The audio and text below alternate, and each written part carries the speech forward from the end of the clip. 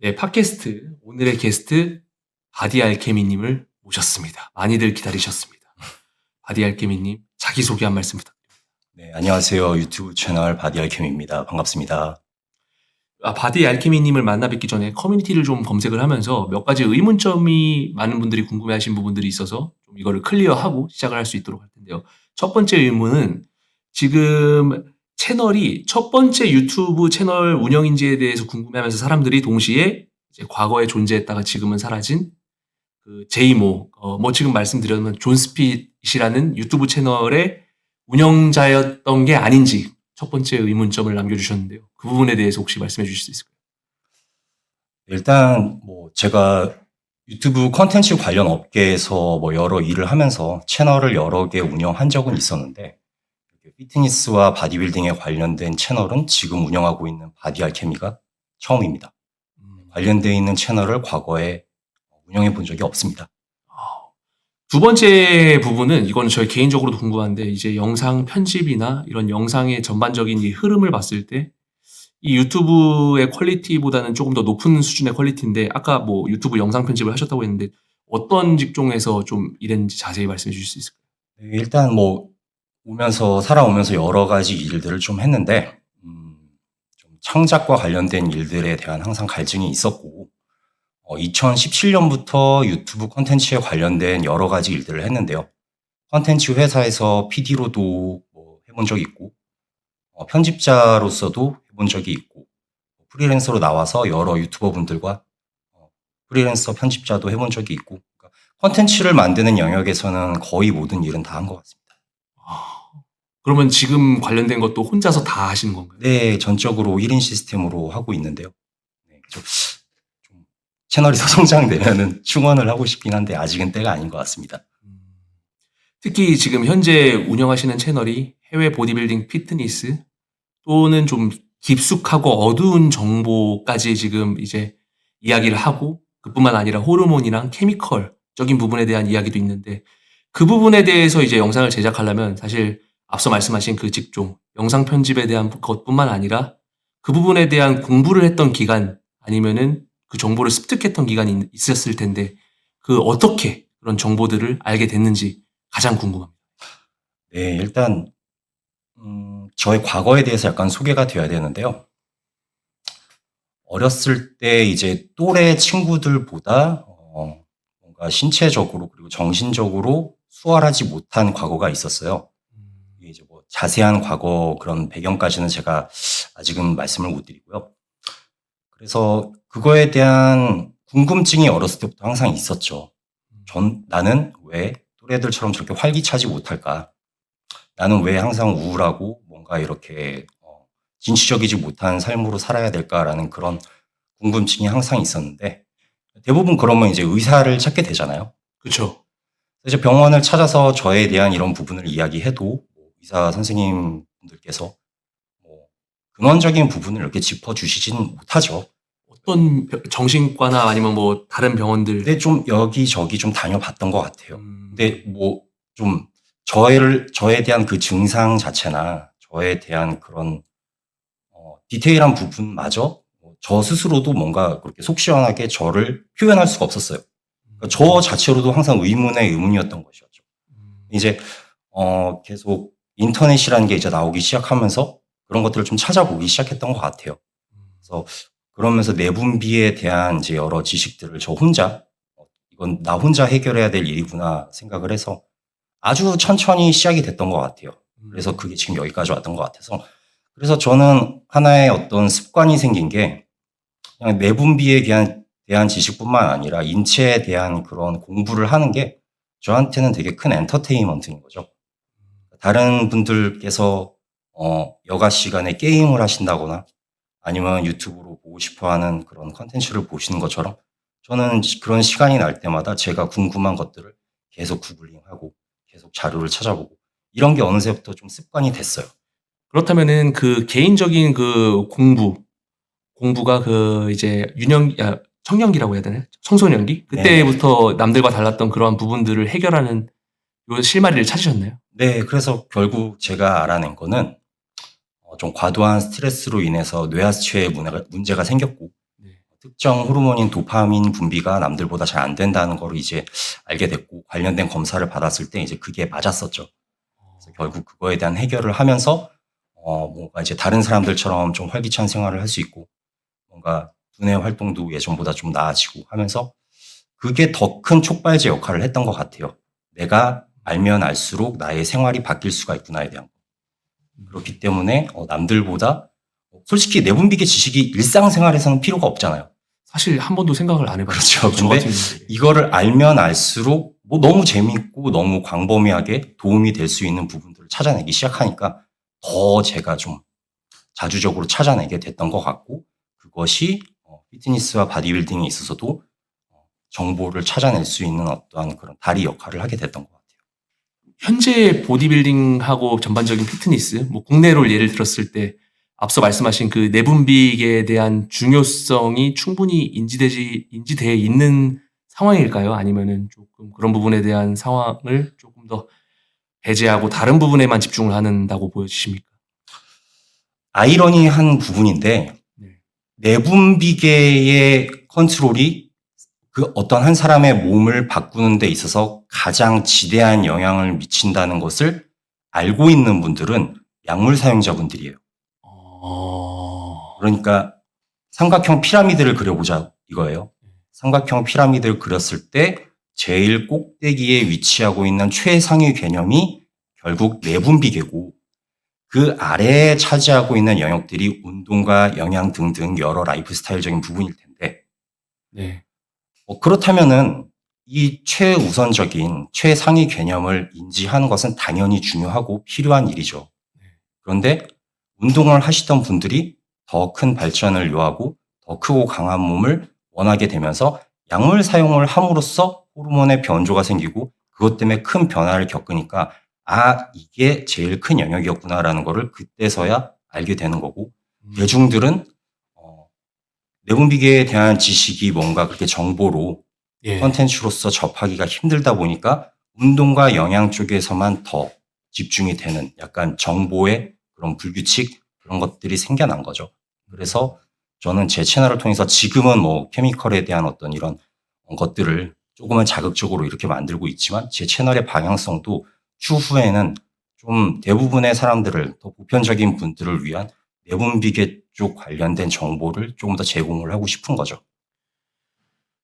지금의 그러면은 이제 사실 대부분의 영상들이 보디빌딩에 조금이라도 관심이 있으면은 클릭을 안 할 수가 없는 그런 썸네일과 제목들을 생각합니다. 저 역시도 클릭해서 다 보았던 기억이 나는데 이러한 영상들이 대부분 보디빌딩 피트니스의 현재 문화에 대한 부정적인 인식을 받기에 충분한 자료들로 좀 이루어져 있는데 첫 번째로 궁금한 것이 이런 보디빌딩 피트니스 문화를 깊숙하게 물론 내분비계 쪽에 관심이 있다가 연결이 되었겠지만 이렇게 깊숙하게 알게 된 해외에 있는 정보까지 깊숙하게 알게 된 배경이 있을까요? 저에 대한 그 소개가 조금 더 있어야 될 것 같은데 호기심이 좀 남달라요.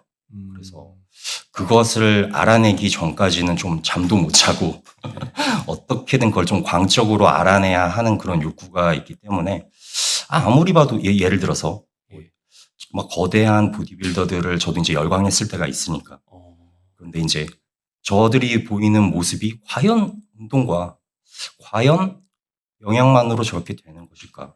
너무 의아한 거예요. 네. 그 이상의 뭔가가 분명히 존재할 텐데 근데 왜 그건 가려져 있을까? 이제 좀 찾아내기 시작했는데 국내 자료 당시 이제 국내 인터넷으로서는 케미컬에 대한 것들이 전혀 이제 혹시 몇 년도쯤이었죠 그때?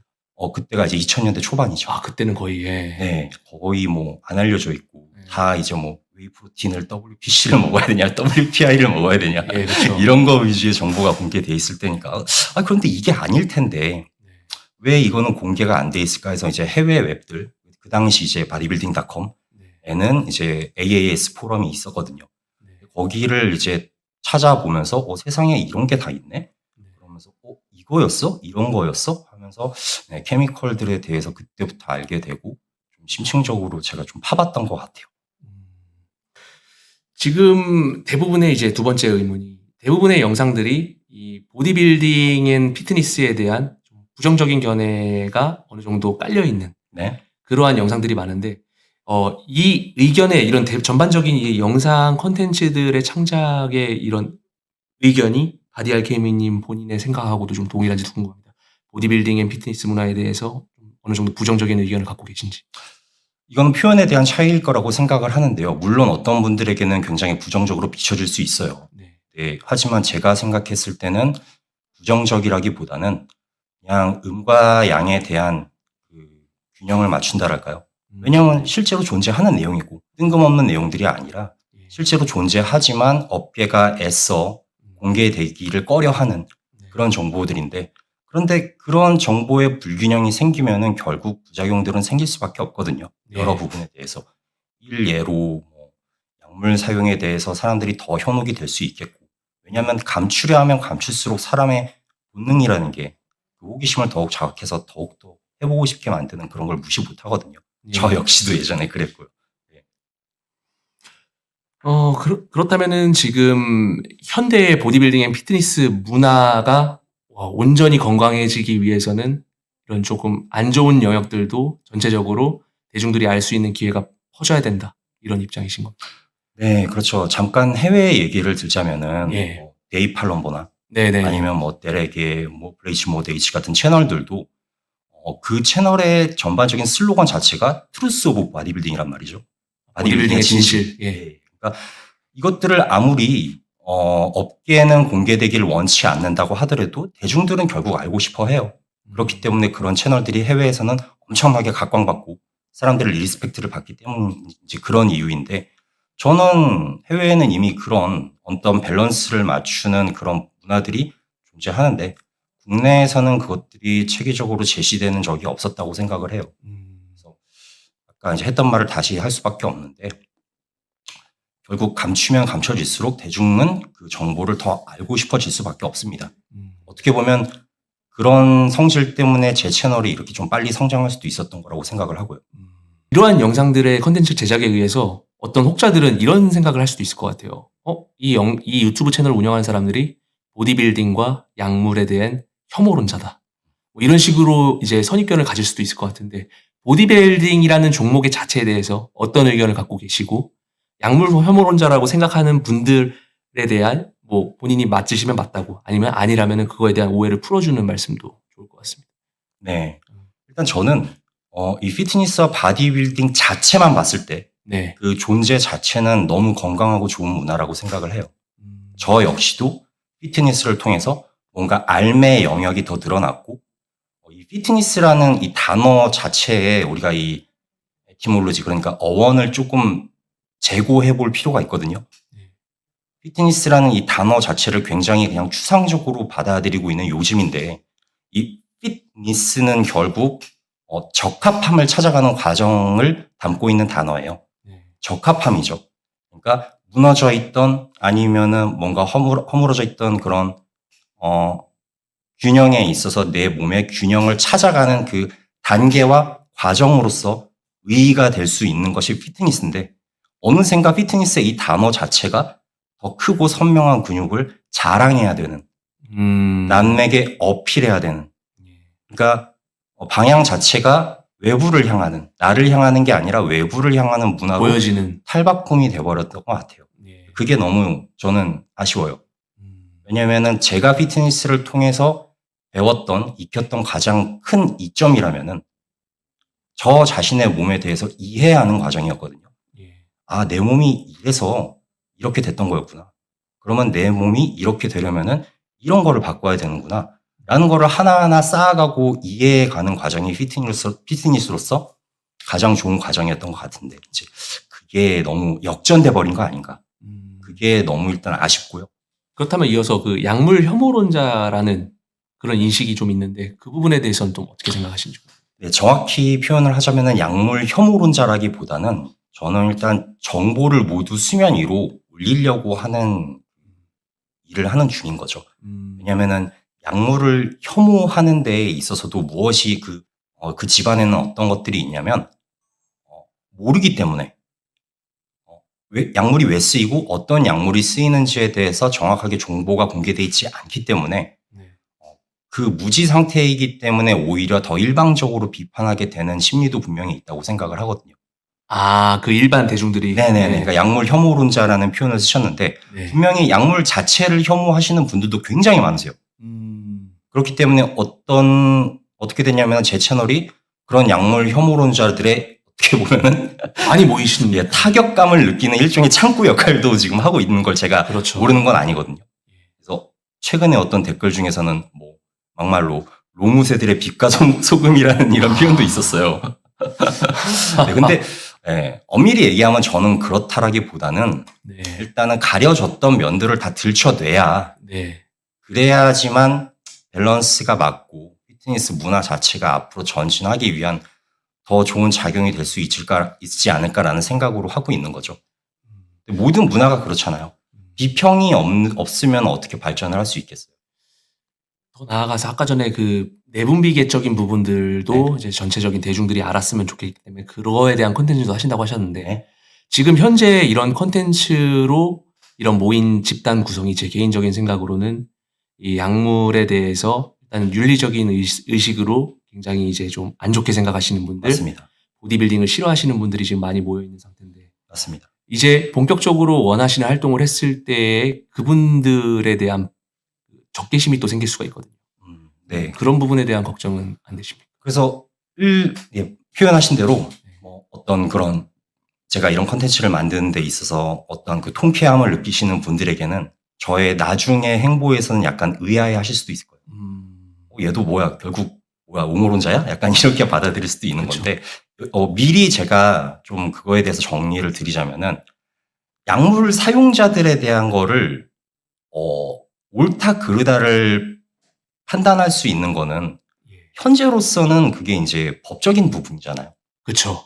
물론 개인적인 윤리관과 도덕적인 가치관에 있어서 네. 그것이 저 사람들은 옳지 않아, 나빠라고 말을 할 수 있어도 실질적으로 그 사람들을 처벌할 수 있는 거는 법적인 부분이라는 거죠. 예. 그래서 막말로 제가 이런 콘텐츠를 만든다고 하더라도 그들을 법적으로 어떻게 할 수 있는 건 아니잖아요. 그렇죠. 때문에 저는 어차피 약물 사용자들은 계속 있을 거라고 생각을 해요. 보디빌딩이 존재하는 한. 네. 그렇죠. 피트니스와 보디빌딩 이 인더스트리가 존재하는 한 이 보여지는 쇼 비즈니스로의 이 작용이 멈추지 않는 한 약물 사용자들은 계속 생길 수밖에 없습니다.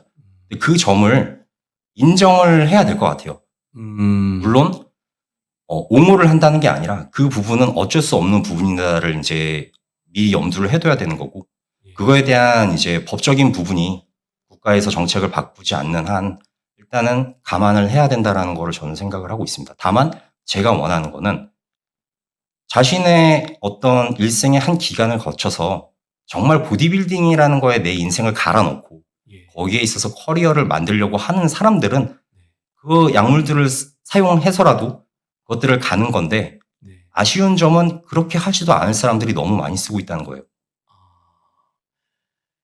그 말씀은 뭐 예를 들어 뭐 보디빌딩에서 최고가 되고자 하는 목표가 아님에도 불구하고 네. 약물에 손쉽게. 너무 많습니다, 요즘.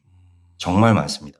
그냥 뭐 헬스장 좀 다니다가 나도 뭐 유튜버 누구처럼 되고 싶으니까 알아보고 좀만 알아보면 요즘에 다 살 수 있으니까. 근데 그렇게 사용하게 되는 케이스가 생각 외로 엄청나게 많습니다, 요즘. 때문에 뭔가 거기에 있어서 좀 만류를 할 수 있는 그런 장치적인 것들이 좀 필요한데 네. 좀 아쉬운 게 있다면은 국내에서 이제 요즘 뭐 인플루언서 분들 워낙 많으시잖아요. 유명 그렇죠. 유튜버 분들도 뭐 약물 사용하시는 분들 중에 그분들께서 좀 그러니까 개인적인 바람이에요. 개인적인 바람은 그런 약물 사용을 통해서 생긴 커리어로 인기와 어떤 수익성을 지금 가져가시는 분들일수록 개인적인 바람으로는 한 번쯤 오피셜한 말씀을 해주셔야 되는 거 아닌가. 약물은 위험합니다. 네, 저는 이런 모든 것들을 감안하고 사용을 하고 있습니다.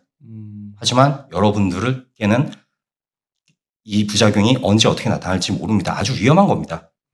마치 이제 최근에 제레미 부엔디아나 네. 아니면 최근에 이제 고인이 된 이제 조 린드너처럼 예. 공개적으로 자기 팬들한테 그리고 시청자들한테 그런 얘기를 좀 오피셜로 해줘야 되는 거 아닌가라는 생각을 좀 하고 있어요. 왜냐면은 불과 한 15년 전, 10년 전만 하더라도 그냥 모르는 게 약이다라는 그 분위기가 팽배했거든요. 네, 그냥 이런 걸수록 아예 말 자체를 하지 말아야 된다라는 분위기가 많았기 때문에 유명하신 뭐 인플루언서 분들이나 뭐 관계자분들께서 아예 언급 자체를 안 했는데 지금은 분위기가 많이 달라졌거든요.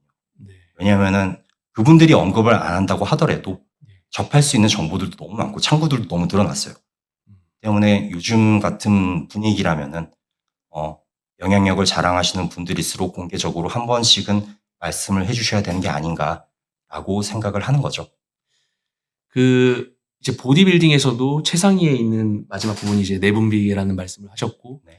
공부하신 그 부분을 좀 어느 정도 사람들에게 알리고 싶다라는 말씀도 하셨는데, 네. 이런 유튜브란 창구가 아니라 이런 오프라인 창구로도에 대한 계획도 있으신지도 궁금합니다. 네, 계속 뭐 다른 유튜버 얘기해도 되죠? 뭐 상관없습니다. 예. 지금 크로코다일이라는 이제 유튜버랑 그 친구와도 이제 그 친구와도 이제 좀 가까운 막역한 사이인데 예. 그 친구도 이제 화공과 출신으로서 예. 스테로이드에 대한 어떤 그런 많은 것들을 좀 공부를 하고 있고 많은 걸 준비하고 있는데 예. 그래서 좀 일반인들을 위한 이게 말 자체가 좀 아이러니한데 일반인들을 위한 스테로이드 관련 세미나와 관련돼서 예. 그리고 관련돼서 그러니까 사용 장려를 하는 게 아니라 예. 그냥 있는 진실 그대로를 예. 과학적인 부분을 바탕으로 예. 그리고 사용을 만류할 수 있는 분위기로서 예. 왜냐하면은 실제로 이것들의 진실을 알게 되면 네. 해외 프로들이 무슨 약까지 쓰고 있다는 걸 알게 되면 네. 그러면은 그 환상에 대해서 좀 조정을 할 수 있거든요. 예. 그런 취지에 있어서의 오프라인 세미나도 지금 기획을 하고 있는 중이고 예. 그리고 또 약간 방향을 역발상을 통해서 생각을 해보자면은 네. 저들이 왜 저 약물을 사용을 할까? 네. 결국 어떠한 특정 호르몬을 컨트롤하기 위해서인데 네. 그러면은 저 호르몬 때문에 결국 몸의 어떤 부분이 이렇게 바뀐다라는 거를 역으로 알 수 있는 기회도 될 수 있죠. 그러니까 이걸 사용해라가 아니라 이걸 사용했기 때문에 이렇게 바뀌는 겁니다. 사람의 몸은 그런 겁니다. 라는 거에 대한 이해를 도울 수 있을 수도 있죠. 그런 식으로 정보를 좀 활용하고 싶은 거고요, 저는. 제 개인적인 생각으로는 뭐 일반 대중들이 그런 강의를 찾을 수도 있지만 제 생각에는 이 보디빌더라는 그 직업적 특성, 직업이라고 볼 수는 없겠지만 제가 이전에 박명수 선수하고도 팟캐스트를 이어갔는데 본인 몸에 조금이라도 보탬이 되는 지식과 정보가 바깥에 있다면 무슨 수를 써서라도 배울 수 있는 자세가 되어 있는 게 보디빌더라고 생각합니다. 보디빌더들이 직접 찾아와서 그런 부분에 대한 궁금증을 해소하고 싶고 배우고 싶어 하는 분들도 분명히 있을 거라 생각하거든요. 그럼 보디빌더들에 대한 그런 계획도 있으신지 궁금합니다. 아니요, 없습니다. 보디빌딩에 대해서는 네. 일단 지금도 메일이나 DM으로 이렇게 뭐 물어보시는 분들이 있으세요. 보디빌더들이 네네네. 영상의 내용 이런 내용이 너무 궁금한데 뭐 이거를 제가 어떻게 하면 접할 수 있을까라는 거에 대한 그런 질문들을 주시는데 일단 답변은 일절 안 드리고 있습니다. 왜냐면은 포지션이 좀 명확해야 된다라고 생각을 해요. 저는 일단 그런 것들을 공부하고 알고 있는 사람이긴 하지만 그쪽에 뭔가 소프트가 되는 거는 좀 제 포지션은 아닌 것 같아요.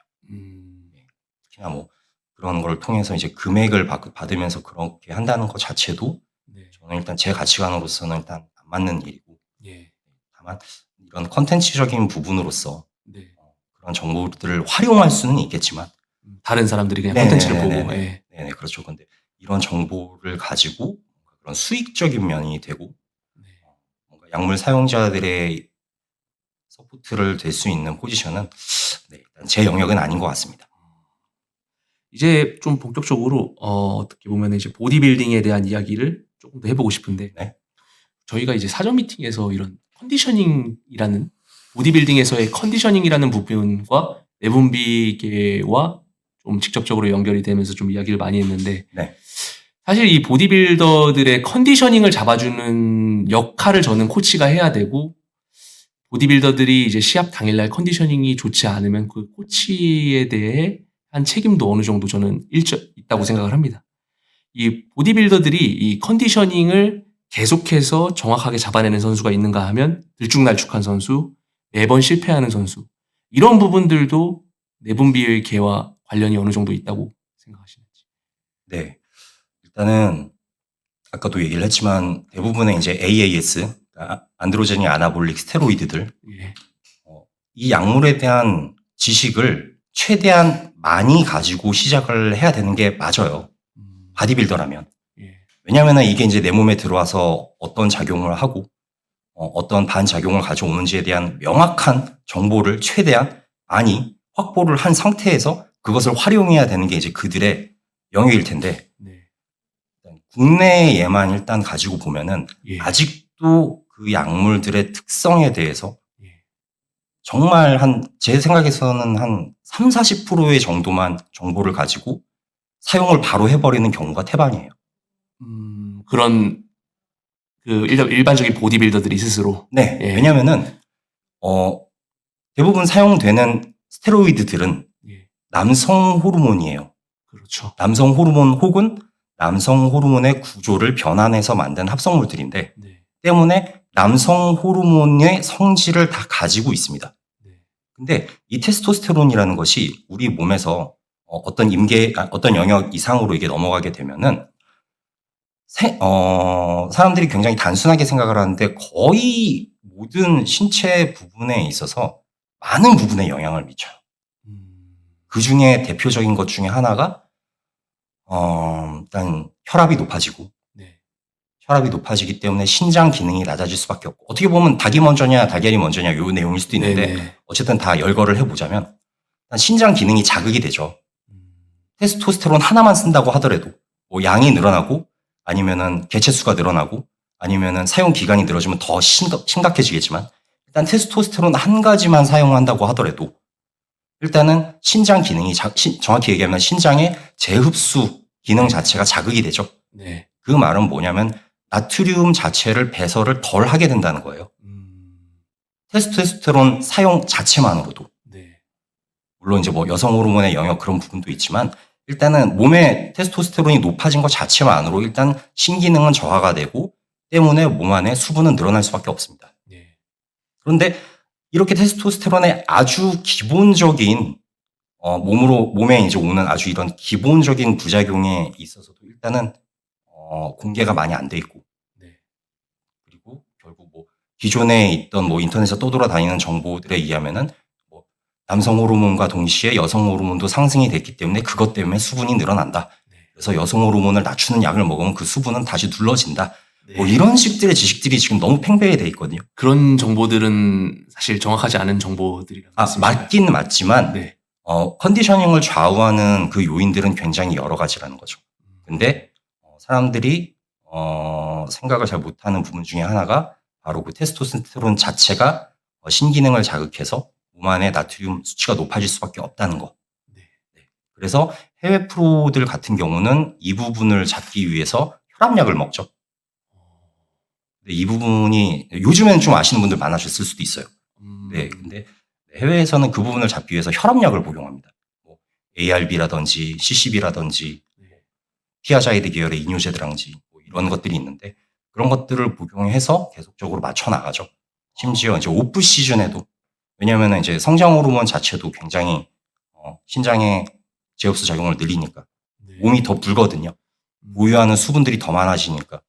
그러니까 오프 시즌 같은 경우에는 오히려 혈압약을 달고 살죠. 결국 프로들이 무슨 약을 쓰는지 하나하나 다 보면은 예. 계속 추가적인 약물들이 계속 돌아갑니다. 그런 부분에 대한 정보들은 어떻게 알게 됐는지. 이거는 이제 내분비계 자체에 대한 궁금증보다도 예. 그냥 개인적인 궁금증이었어요. 보디빌딩에 있어서의 궁금증들. 네. 그래서 여러 군데를 찾다 보니까 예. 해외 웹을 많이 이제 보는 쪽인데요. 네. 해외에는 코치 아카데미 유료 사이트들이 많이 있어요. 그래서 다 커리큘럼도 다 특화가 돼 있습니다. 예. 금비대 커리큘럼, 컨디셔닝 커리큘럼, 회복 커리큘럼 예. 이런 식으로 다 나눠져 있어서 유료 결제를 하고 영어가 조금 수월하다면은 동영상과 텍스트를 통해서 그 지식들을 다 이제 얻을 수가 있죠. 근데 이제 저는 개인적으로 그런 걸 찾아보고 네. 그냥 공부하는 걸 즐겨하는 사람으로서의 입장이라면은 네. 대부분 바디빌더를 현업으로 하고 있으면은 네. 이런 거를 해야 되는 거 아닌가? 좀 그런 생각도 들죠. 그러면은 이제 이 시합 때 컨디셔닝을 잡지 못하는 대부분의 보디빌더들이 그런 부분에 대한 공부가 충분하지 않은 경우들이 대부분이라는 말씀이죠. 그건 아닙니다. 왜냐면은 변수라는 것들이 너무 여러 가지가 늘 수 있어요. 비단 뭐 그런 신장의 문제를 이슈를 해결하고 혈압약들로 잡아가고 뭐 다른 여타 호르몬제들로 잡아간다고 하더라도 네. 생각을 해보세요. 시합을 앞둔 보디빌더라면 예. 체지방을 극도로 많이 감량을 한 상태죠. 그렇죠. 엄청나게 임계점 아래로 지금 체지방이 낮춰져 있는 상태인데 엄밀히 얘기하면 정상인이 아니에요. 건강한 상태가 아니라는 거죠. 예. 그 정도로 체지방이 낮아지게 되면은 대사성 스트레스에 굉장히 취약해집니다. 그래서 가장 먼저 타격을 받을 수 있는 곳이 바로 소화기관이에요. 그래서 소화기관에 있어서 염증이 생기고 심각하게는 궤양이 생길 수도 있고 누수도 될 수 있고 여러 이슈들이 생길 수 있는데 또 그런 부분에서 있어서는 또 디테일하게 잡지 않는 편이죠. 왜냐면은 뭐 평소에 카페인도 굉장히 많이 먹고 그리고 단백질 식품 한 가지만 예로 든다 하더라도 예. 닭가슴살 한 덩어리 먹는 것이 탄수화물이나 지방과 비교했을 때 소화기관이 가지는 그 스트레스가 굉장히 높거든요. 그래도 그런 디테일한 부분까지는 좀 많이 고려가 안 되지 않나 좀 그런 생각을 합니다. 이제 조금 더 다른 이제 바디 알케미 님이 제작하신 좀 영상적인 측면에 대한 주제로 조금 넘어가 볼까 하는데요. 네, 팟캐스트의 소중한 스폰서 3대 500에서 이번에 저처럼 야채를 먹기 싫어하시는 분들을 위해 브로콜리와 양배추 환을 제작했습니다.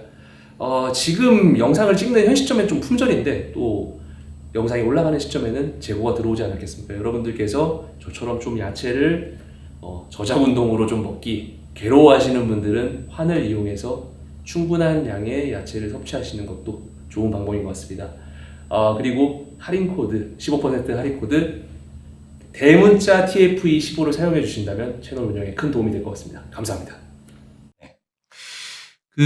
최근에 이제 업로드된 영상 중에 조회수가 굉장히 많이 나오고 저도 봤던 영상이 그들에게 제발 그만 속으세요 라고 하는 특정 제목의 영상이 굉장히 좀 화제가 됐고 정말 여러 커뮤니티 그다음에 보디빌딩 업계에서도 굉장히 관심이 많이 갔던 그런 영상입니다.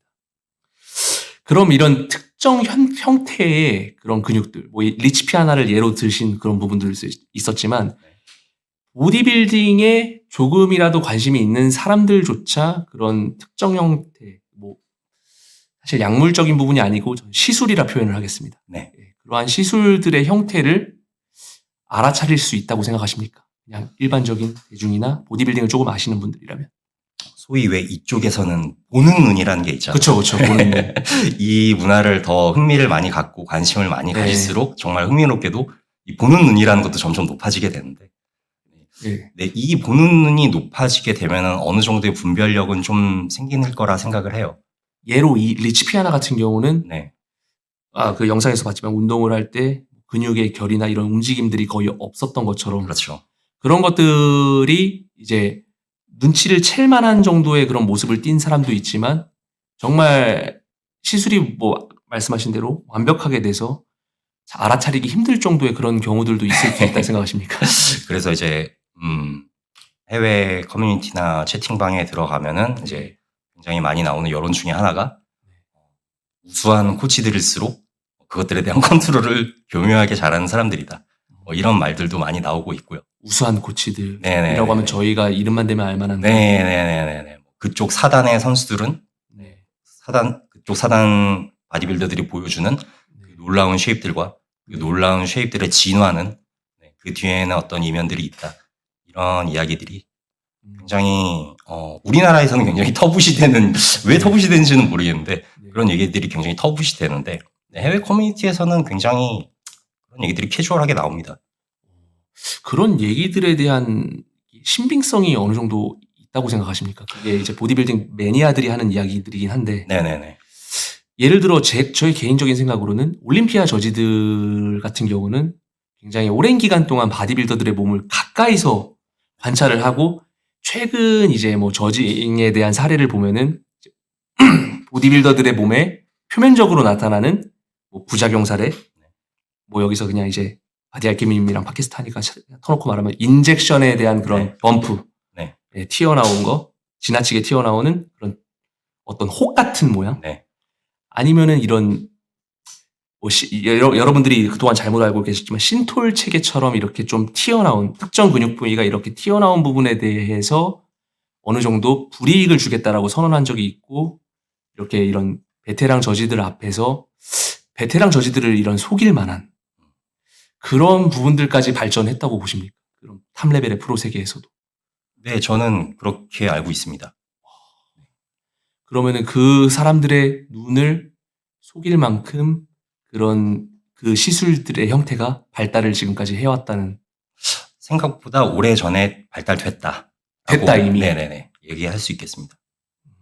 그렇다면 이런 사례들이 있었잖아요. 예를 들어 이것도 뭐 여기 계신 분들한테 제가 간접적으로나마 언급한 적이 있지만 올림피아를 좀 즐겨 보시는지는 모르겠습니다. 지금 현재 2021년이었던 것 같습니다. 하디추판이 3등을 했었을 때 이런 올림피아 저지들이 하디추판의 어깨에 대한 언급을 했는데 그 부분에 대한 이제 찬반 양론이 많았거든요. 아까 말씀하신 그런 시술 형태의 어깨 보형물이 아닌가. 그리고 혹자들, 보디빌딩 전문가들의 의견들은 또 이런 인젝션에 의한 범프고 하디추판이 뭐 톡 까놓고 말을 하자면 스테로이드를 주입하는 곳이 어깨이기 때문에 그곳이 염증이 부어 올라서 지나치게 부풀어 오른 것이다. 라는 이야기들도 있는데 그런 탑 레벨, 올림피아 탑3, 탑5라는 탑 레벨의 선수들에게서도 그런 시술이 어느 정도 이루어진다고 보십니까? 네. 왜냐면은 네네. 그리고 탑 레벨일수록 예, 그리고 컴페티션 당일일수록 예. 그런 시술들에 있어서는 굉장히 베리에이션들이 많습니다. 네. 할 수 있는 옵션들이 많다는. 네네. 사이트 인젝션 한 가지만 하더라도 그 성격들이 프리 컨테스트를 위한 사이트 인젝션이냐, 예. 아니면 오프 시즌을 위한 사이트 인젝션이냐 등등 종류가 좀 여러 가지가 있고 생각보다 네. 그것을 얼마나 효과적으로 사용을 하는지에 대한 것들을 컨트롤하는 것들이 이제 코치들의 영역인 거죠. 그러면은 그런 시술적인 부분들을 보디빌딩 코치들이 할 수도 있다는 말씀이십니까? 네, 그래서 코치를 영입하기 전과 네. 영입하고 나서의 특정 신체 부위가 정말 놀랍도록 달라지는 예. 몇몇 바디빌더들이 이제 있었을 텐데요. 예. 그렇게 연상할 수 있는 부분이겠죠. 와우, 이거 생각보다 큰 발언이신데. 그렇다면은 이러한 부분들은 저희 한국에 있는 보디빌딩 이런 매니아들이나 대중들에게서는 조금은 생소한 부분인데 이제 해외 포럼이나 말씀하신 해외 보디빌딩 팬들 사이에서는 이런 일들이 비일비재하고 인지를 하고 있다는. 네, 그래서 결국 그거에 대한 정보를 얼마나 자주 확인하겠느냐에 대한 차이고 그 차이 때문에 이제 인식이 바뀌게 되는 건데, 네. 이제 저 같은 경우는 채팅룸이 몇 군데가 있어요.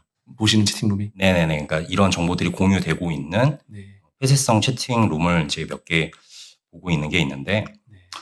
그러니까 인식에 대한 차이인 것 같아요. 그런 정보들을 계속 보고 뭐 사진 띄우면서 막 얘기하거든요. 막 걔네들이 다 가리키면서 여기 이런 식으로. 선수들의 몸에 대한 예, 사진. 왜냐하면 그 친구들은 실제로 그런 케미컬들의 코칭을 하고 있는 사람들이고, 네, 그런 코치를 대비를 준비하고 있는 사람들이고, 네. 공부하고 있는 사람들이고, 그런 사람들끼리 모여있는 커뮤니티들이 있거든요.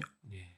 거기에서 이제 지적되는 사례들을 많이 확인을 하고, 계속 확인하고, 보다 보면은 인식 자체가 그렇게 사용이 되나 보다. 이제 이런 식이 되는 거죠. 국내에는 아직 소개조차도 많이 안 됐고, 네. 그리고 생소하고, 네. 그리고 뭔가 팬심도 작용할 수 있고, 내가 좋아하는 선수한테 과연 저런 잣대를 들이밀어 용서할 수 없어. 약간 이런 것들. 그런 것도 없지 않아 감정적인 것도 작용을 하기 때문에 현재로서는 많이 생소하게 받아들여지고 뭔가 믿기 싫은 그런 영역이 될 수도 있는데 네. 이미 뭐 해외에서는 그런 갑론을박은 이미 예전에 지나갔고 아주 그냥 캐주얼하게 왔다 갔다 하는 얘기라는 거예요. 예. 그렇다면은 영상에서 그런 부분이 언급이 됐을 때 물론 이렇게 처리가 됐지만 네. 함께 나왔던 그 영상 속의 인물이 사실 보디빌딩을 조금만 조금하면 누군지는 알거든요. 네. 허니 램보드와 크리스 범스테드. 네. 그 이제 잘 모르시는 분들이 봤을 때는 이 정도 레벨에도 사용이 비일비재할 수 있겠구나라는 인식이 생길 수 바꿔서 있는데 설명할 수 있지 않을까요? 예. 사용을 했기 때문에 그 레벨이 될 수도 있었다. 그렇다면은 지금 바디 알케미님의 말씀을 들어보면은 이런 올림피아 탑 레벨의 선수들이 이런 근육의 이런 영역뿐만 아니라 이미 시술에 대한 영역까지 다 하고 있다라는 네. 말씀처럼 들립니다. 그거는 제가 증거를 들이밀 수는 없지만 예. 그거는 이미 뭐 해외 커뮤니티에서는 거의 기정사실화된 내용이다라고 말할 수 있겠네요. 와우, 해외 커뮤니티에 계신 분들이 다 현업에서 종사하시는 분들. 네, 그 커뮤니티들도 굉장히 이제 여러 종류가 있고 네. 뭐 유명 닉들이 있는 뭐 그런 게시판들 그런 사이트들이 따로 이제 나뉘어져 있는데 뭐 아까도 표현을 했지만 당장 그런 사이트가 아니더라도 데이브 팔럼보나 이런 유튜버들은 이미 여러 번 언급을 했었고요. 당장 알렉스 머슬. 네네 알렉스 머슬이나 뭐 다 찾아보면은 당장 유튜브에서 뭐 사이트 인젝션이란 뭐 사이트 이넨스먼트 인젝션이란 요 검색어만 치더라도 그들이 이미 몇 년 전에 네. 아주 몇 년 전에 올렸던 영상들을 다 확인할 수가 있죠. 아직 국내에는 근데 이제 뭐 조금은 대중화라고 하기엔 좀 뭐라고 해야 될까요? 보디빌딩 업계에 네. 스며들어오진 않은 그런 정보들이다. 네네네. 근데 이제 아마 하나둘 늘지 않을까라는 생각을 하네요. 와. 왜냐하면 아까도 표현하셨지만 네. 몸이 좋아지기 위해서는 어떤 것도 다 불사할 수 있는 분들이니까. 그렇죠. 보디빌더들이라면. 네네네. 그래서 뭔가 자신의 가치관에 있어서 크게 네. 그게 스크래치가 없다면은 네. 충분히 하지 않을까라는 생각을 하네요. 이런 보디빌딩 업계가 이렇게 돌아가는 방향에 대해서는 좀 어떤 생각이신지 궁금합니다. 네. 국내 한정으로. 더 거시적으로 봐서 이제 피트니스 문화라고 피트니스 산업이라고 한번 얘기를 해볼게요. 네. 이건 이제 아까도 얘기했던 저의 가치관이지만 네. 결국 이 라이프 스타일을 통해서 보편적인 분들이 가져갈 수 있는 최고의 아웃풋은 결국 내 몸에 대한 이해와 그리고 내 몸을 어떻게 활용해야 되는지에 대한 그 지식과 센스가 생기는 거라고 생각을 하거든요. 네. 물론 그것을 자신이 가져가기까지 여러 과정들이 있을 수 있어요. 일례로 쇼 비즈니스가 보여주는 멋진 몸들, 네. 그런 멋진 몸들을 보고 나도 저렇게 되고 싶어. 모티베이션을 받는 거죠. 네. 동기부여를 받는 거죠. 동기부여를 받고 그것으로 촉발이 돼서 피트니스 라이프로 입장하는 데에는 그죠. 네, 거기까지는 그것만큼 좋은 수단이 없는 거죠. 그런 시각적인 정보로 인해서. 그런 쇼 비즈니스를 통해서 유명한 스타들을 보면서 나도 저렇게 되고 싶어. 나도 시작할래. 나도 이 라이프 스타일을 취해볼래. 라는 식으로 트라이가 된다라는 거죠. 근데 거기에서만큼은 이 쇼 비즈니스가 주는 그 효과가 그거만한 게 없다라는 거죠. 문제는 아까도 얘기했지만 이 다음에 있어서가 문제거든요. 네. 지금 쇼 비즈니스가 보여주고 있는 거는 동기부여만 주고 어떻게 보면 그 이상이 없어요. 네, 물론 뭐 운동 영상 같은 것도 보여주면서 이런 식으로 운동을 해야 된다. 네. 다 있지만 여러 요인들에 의해서 그 다음으로 제공이 되는 정보들에는 굉장히 뭔가 밸런스가 떨어진다. 그래서 그 동기부여를 받고 그 라이프 스타일을 취하고 어떤 거를 그럼 내가 아웃풋으로 가져가야 되는가에 대해서 제시되는 거는 굉장히 적어요. 그럼 결국 뭐냐? 나는 저들이랑 닮아져야 된다. 난 저들하고 똑같아져야 된다라는 어떤 그런 강박적인 부분이 생길 수도 있다. 그래서 그것이 굳이 사용하지 않아도 되는 약물 사용으로도 이어질 수도 있다. 일반 그런 네네네네. 일반 운동하는 네네. 왜냐하면은 계속 어떻게 보면 입력이 되는 거죠. 뭐 인스타나 유튜브를 통해서 멋있는 근육질의 몸들을 계속 보게 되고 스스로 그런 이미지들을 계속 입력을 하게 되다 보니까 어떻게 보면은 그런 부분에 있어서 주체성이 조금 잃어질 수도 있는 거예요. 꼭 그것이 아니더라도 피트니스에서 가져갈 수 있는 이점들은 굉장히 많다 이거죠. 근데 그 이상으로 그것 외에도 소개될 수 있는 이점들에 대해서는 굉장히 소개되는 부분이 적다. 그게 너무 아쉽다라는 것이 저의 입장인 거죠. 예를 들어서 저는 피트니스 이 문화 자체가 어떤 그 세 부분에 걸쳐서 이렇게 좀 선순환이 됐으면 되게 좋을 것 같거든요. 네. 일단 비즈니스를 통해서 뭔가 그런 이미지 자체를 즐기는 문화도 굉장히 좋은데 그거 다음으로 이것을 내가 라이프 스타일로 안정적으로 취해질 수 있는 그 순환 구조가 저는 필요하다고 생각해요. 그러기 위해서 내분비계에 관련되어 있는 지식도 같이 얻어가야 되는 게 맞다고 생각을 하고요. 그렇게 됐을 때 꼭 약물 사용이 아니더라도 저 사람은 저런 호르몬들의 저런 변조가 있었기 때문에 저런 변화를 가지고 있을 수 있겠구나. 그러면은 이런 연상 과정이 한번 생기면은 생각이 달라질 수 있다는 거죠. 그러면 결국 저 원리로 저렇게 되는 거니까 나는 굳이 약물을 사용하지 않더라도 이 부분에 있어서 내가 이렇게 또 뭔가를 컨트롤할 수 있겠네. 이런 식으로 라이프 스타일을 좀 더 조정할 수 있겠네. 이런 식으로 뭔가 디테일하게 길이 더 제공될 수 있다는 거죠. 그래서 보여지는 문화 자체는 지금 너무 훌륭한 거죠. 어떻게 보면 너무 비대해졌고 그쪽으로만 어떻게 보면 지금 집중이 총 그쪽으로만 몰려 있는 건데 그거 이상으로 연계가 돼서 일반 사람들에게 변별력이 있고 특수성이 고려될 수 있는 그런 지식들의 창구도 이제는 따라가줘야 된다라고 생각을 하는 거죠. 그렇게 됐을 때 비로소 선순환 구조가 될 수 있다고 저는 생각을 하는 거고요. 그렇기 때문에 정보들을 최대한 많이 수면 위로 올려서 일단은 그것이 옳다 그르다 깨끗하다 더럽다 이걸 떠나서 일단은 집안에 뭐가 있었는지부터 먼저 다 확인하는 작업이 먼저 필요한 거 아닐까. 그렇기 때문에 제 컨텐츠들의 성격이 그런 것을 지금 띠고 있는 것이고요. 네. 그렇게 연장선을 지금 두고 있는 겁니다.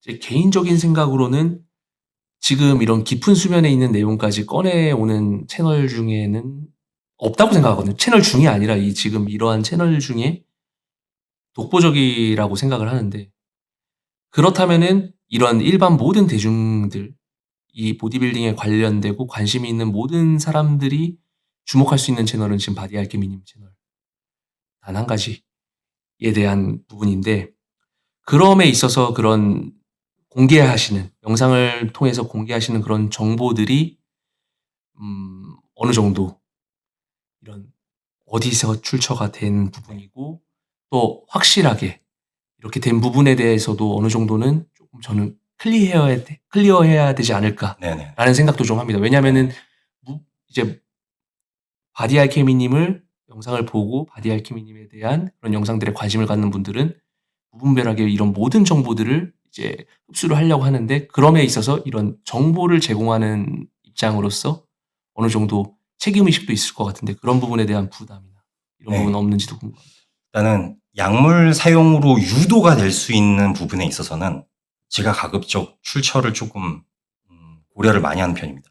왜냐하면은 네. 그쪽을 통해서 찾아서 그렇죠. 네, 근데 그게 아니고 어떤 중립적인 입장이라기보다는 객관적인 정보에 있어서 그리고 학술적인 자료를 확인할 수 있는 부분에 있어서는 제가 더보기란에 일단 출처들을 모두 다 공개를 하고 있고요. 그래서 제가 영상에서 공개하고 있는 그 관련되어 있는 자료들은 링크를 통해서 좀 다 확인을 하실 수 있습니다. 물론 좀 영문 자료긴 하니까. 거기서 네. 혹시라도 그런 약물 사용에 권장되는 그 자료를 찾아가는 부분들은 제외하고 나머지들은 투명하게 공개하시는. 네, 지금 그렇게 하고 있죠. 그러면은 지금 현재 분위기로 앞서서 저는 이 팟캐스트를 운영하면서 물론 제 팔로워 구독자분들이 대부분 보디빌딩에 애정이 깊은 분들이지만 최대한 중립적으로 다루려고 지금 팟캐스트를 지금 진행하고 있는데 이러한 입장들이 있을 수도 있을 것 같아요. 제 채널을 애정하시는 분들 입장에서는 바디 알케미님의 영상으로 인해서 이런 보디빌딩에 대한 인식이 조금은 안 좋아지지 않을까라는 인식도 갖고 있을 수 있을 것 같은데 이런 부분에 대해서는 좀 어떻게 생각하세요? 네, 이미 그런 댓글들을 제가 많이 확인했어요. 제 채널에서. 메일도 많이 받으셨다고 들었습니다. 네. 네, 최근에 좀 괴 메일들을 좀 몇 네네. 개 받아서 지금 모자이크 처리가 될 텐데 네. 그래서 얼굴 공개를 원래 하려고 네, 했어요. 원래는 하려고 했었죠. 네, 그래서 저희가. 막 네. 저번 달에 제 커뮤니티에 얼굴 공개 이제 할게요라고 했는데 이상한 메일들이 오다 보니까 좀 많이 찜찜해져서 좀 네. 뒤로 많이 좀 미루기로 했고요. 네. 안 그래도 그런 관련되어 있는 내용들이 그냥 그런 것 자체를 자꾸 대중들에게 이렇게 보여준다는 것 자체만으로 네. 그러니까 보디빌딩의 어떤 그런 안 좋은 이미지를 떠나서 어떤 표현까지 있었냐면은 사람들의 운동 의지마저 꺾을 수도 있다. 운동 의지. 예, 너의 그런 영상이 사람들의 운동 의지마저 꺾을 수도 있다라는 발언도 있었어요. 아직까지는 제가 그 부분이 왜 그렇게 왜냐면은 그런 연상을 해봤을 때 그럴 수 있나? 라고 저도 굉장히 타인의 관점에서 많이 생각을 해보려고 하는데 아직까지는 그 부분에 대해서 동의를 못하고 있거든요. 사실 어떤 정보를 이제 공개를 하면은 그 맹목적으로 믿는 분들이 있고 뭐 끊임없이 의심하는 분들이 있는데 저는 개인적으로 어떠한 정보가 공개됐을 때는 그 정보가 맞는지 아닌지 본인 스스로도 좀 찾아봐야 되는 네, 것들이 맞습니다. 맞다고 생각하는 네네. 주의이기 때문에 근데 이게 사실 저도 제 입장에서 뭐 어떤 팟캐스트나 아니면 이런 영상들을 했을 때 저한테 어떤 의도가 있다고 생각하시는 분들이 많거든요. 저는 근데 사실 앞으로도 좀 다양한 목소리를 듣고 싶은 게 그냥 제 마음일 뿐입니다. 네네네. 예. 그렇기 때문에 바디 알케미님하고의 팟캐스트도 이야기를 듣고 싶어서 좀 진행을 했던 거고요. 아까 이 질문에 있어서 이제 답변을 조금 더 추가적으로 드리자면은 제 의도와 제가 하고 싶은 일 자체는 많은 분들한테 도움이 될 수 있는 정보를 드리는 게 맞는데 네. 질문에서도 그 내용이 있었다시피 좀 비중이 더 높아져야 돼요. 신뢰성에 있어서. 네. 대중들이 왜냐면은 대중들은 굉장히 스폰지와 같이 일방적으로만 받아들일 수 있기 때문에 그렇죠. 그 정보에 있어서 비대칭이 생기면 안 되는 거거든요. 네. 그래서 제가 지금 계속 계획을 하고 있는 게 이제 다음 주에도 같이 하기로 한 게 실제 이제 전문의 분들과 전문의 분들을 네네네. 섭외하셨습니까? 네. 보디빌딩과 네. 그리고 이 피트니스 문화와 네. 그리고 약물에 대한 부분에 있어서 네. 전문의 분들의 의견을 같이 나누는 그런 시간들을 이제 점차 늘려나가려고 하반기 작업은 그쪽으로 지금 많이 가려고 계획을 해놨습니다. 그렇게 해야 아무래도 아무리 제가 이제 컨텐츠를 재밌게 만든다 하더라도 또 이 전문의 분들의 발언에 따라서 생기는 울림이라는 건 이제 또 완전 다른 영역이니까 그 부분을 제가 이제 추가적으로 가져가야 된다고 생각을 하는 거죠. 그렇다면 이제 앞으로의 좀 계획도 궁금한데요. 아까 뭐 전문의 분들에 대한 계약도 있었지만 이런 컨텐츠적인 계획 말고 이런 바디 알케미님의 앞으로에 대한 계획도 궁금합니다. 네. 저는 피트니스 부분에 있어서만 먼저 말씀을 드리자면은 잘 됐으면 좋겠어요. 절대 나는 한국의 피트니스 문화 망해라! 막 이게 아니거든요. 보디빌딩을 포함한 피트니스. 네네. 그 모든 문화에 있어서 더 잘 됐으면 좋겠어요. 뭔가 지금은 교통정리가 분명히 필요한 기간이기 때문에 제가 이런 채널로 활동을 하고 있겠지만 장기적인 관점에 있어서 저는 결국 이쪽 문화가 더 잘 됐으면 좋겠고 선순환 구조가 생겼으면 좋겠는데 그러기 위해서는 아까 이제 전문의 분들도 제가 예시를 들었지만 지금보다 조금 더 진화된 형태가 되기 위해서는 의료계와 뭐 어떤 그런 조인이 필요하지 않을까. 아직은 의료계가 이쪽 부분에 피트니스적인 부분에 있어서 어떻게 보면 좀 그 사이에 담이 느껴지는데 네. 벽이 좀 느껴지는데 이것들이 더 피트니스 문화가 더 상승하기 위해서는 어떤 의료계와 관련된 순환 구조가 있어야 되지 않을까라는 생각을 하고 있어요. 그렇게 됐을 때 조금 더 건강해질 수 있고 조금 더 균형이 맞는 형태가 될 수 있다고 생각해요. 그래서 전문의 분들과 계속 제가 소통을 늘려가면서 어떤 솔루션이 될 수 있는 것들을 계속 좀 만들고 싶은 거죠. 그것이 저의 좀 거시적인 목표입니다. 저는 분명히 지금 이제 많은 이제 보디빌딩을 하시는 분들께서 지금 바디 알케미라는 채널을 통해서 뭐 각자 생각이 다르시겠지만은 어떤 이제 추후에 지금 방금 말씀하신 부분들이 좀 정리가 됐고 났을 때 다시 한번 재평가라고 하나요? 재평가가 물론 긍정적일 수도 있고 또 부정적일 수도 있지만 네. 그런 부분들이 또 이루어졌으면 하는 바람이 있습니다. 저는 계속해서 뭐 보디빌딩의 팬의 입장으로서 보디빌딩을 묵묵히 그냥 다룰 예정이기 때문에 이러한 부분들 팟캐스트에서는 그래도 제가 계속 말씀드리는 게 여러분들한테 양해도 구했지만 전 다양한 목소리를 듣고 싶었기 때문에 바디 알케미님을 초청드린 겁니다. 바디 알케미님 마지막으로 시청하시고 있는 대부분의 구독자분들은 사실 보디빌딩에 미쳐 계신 분들입니다. 그렇기 때문에 조금은 제 채널에 팟캐스트에 나온다고 했을 때 굉장히 용기가 있다라고 저는 느꼈거든요. 왜냐하면 부정적으로 보실 분들이 굉장히 많을 수도 있다는 걱정을 제가 했어요. 저는 웬만하면 제 팟캐스트에 나온 분들이 너무 욕을 먹지 않았으면 하는 마음도 저는 있습니다. 아무래도 팟캐스트를 운영하는 호스트이기 때문에. 이 보디빌딩 팬분들께 한 말씀 부탁드립니다. 누구에게나 동등하게, 신체라는 거는 다 동일하게 이제 부여를 받고 사는 존재들이잖아요. 우리 인간들이. 네. 물론, 보디빌딩 선수들, 유명한 보디빌더들을 통해서 여러 가지 그 어떤 오락을 느낄 수 있습니다. 보는 것 자체만으로 어떤 흥분과 즐거움이 될 수도 있고, 나에게 어떤 동기부여도 될 수 있는 좋은 촉발제 역할을 하겠지만, 방향을 좀 바꿔서 내 몸 자체에 대한 그런 좀 학습을 하고, 내 몸을 더 이해하고 더 활용될 수 있는, 그래서 방향이 나 밖이 아닌 나 안으로 들여올 수 있는 그러한 시각과 그러한 판단을 가져보는 것도 좋지 않을까라는 생각을 한번 해봅니다. 그렇게 해서 피트니스가 줄 수 있는 여러 영향들을 다, 왜냐면 다 한번 겪어보면 좋잖아요. 있는 거니까. 그동안 내가 그런 거는 보고 못 봤던 거 아닌가. 좀 그렇게 내 걸로 삼을 수 있는 기회도 한번 삼으셨으면 좋겠습니다. 이상입니다. 네, 여러분 바디 알케미님이었습니다. 감사합니다. 감사합니다.